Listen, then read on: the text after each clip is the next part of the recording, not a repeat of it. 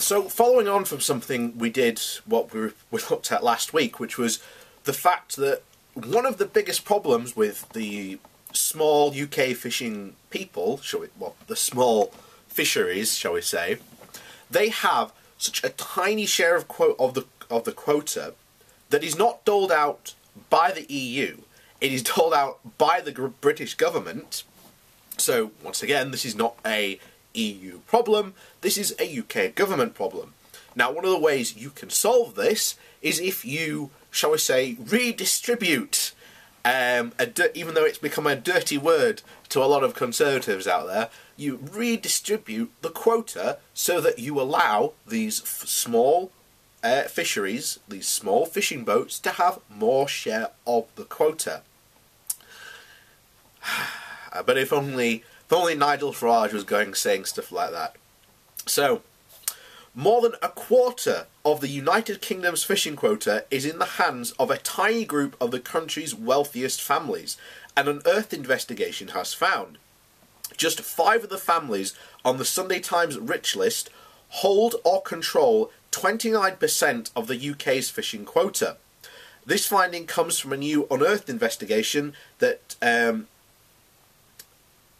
traced the owners of more than 95% of the UK quota holdings, including, for the first time, those of Scotland, the UK's biggest fishing nation.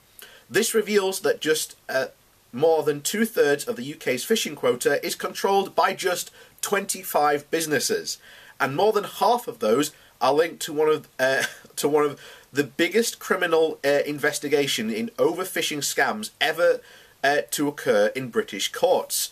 Meanwhile, in England, nearly 80% of the fishing quota is held by foreign owners or domestic. And more than half of the Northern Islands quota is hoarded onto a single trawler. This news comes as the government is preparing to publish a new fisheries bill which will set legal foundations for the UK's fishing industry after Brexit. While the government is hoping the net can access more fishing rights in the Brexit negotiations, it has said that the new bill will not see any redistribution of the UK's existing quota rights.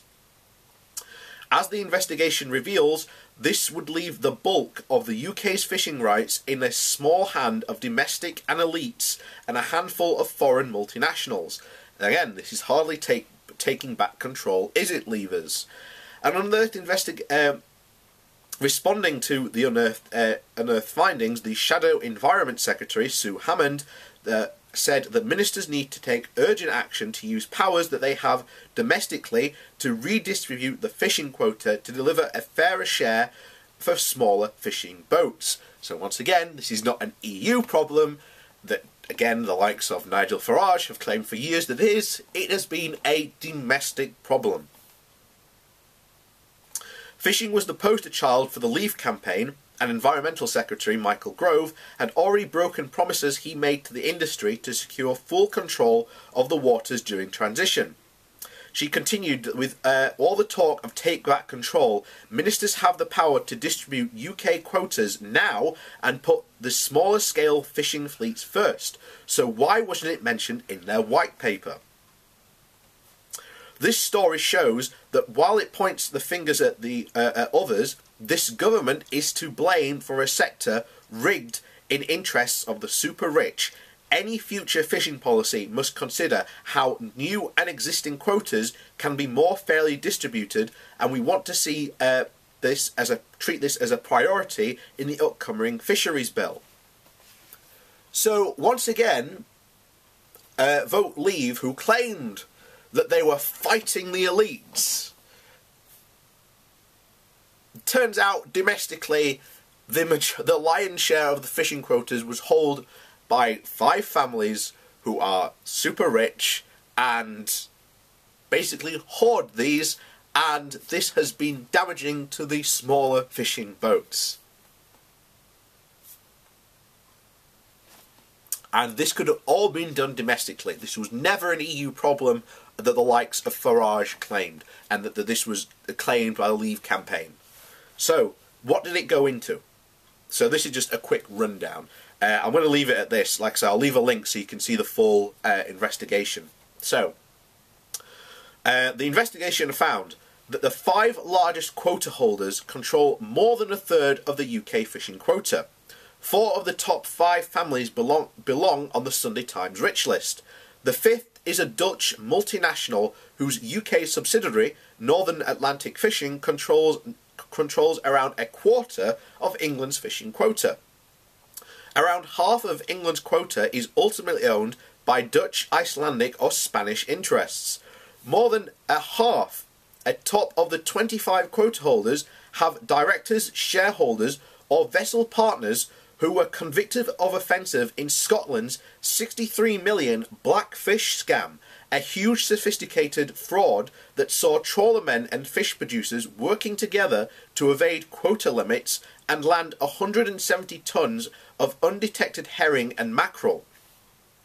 One of the flagships of the Brexit flotilla, if you remember when Nigel Farage sailed down the Thames with all those, fishermen,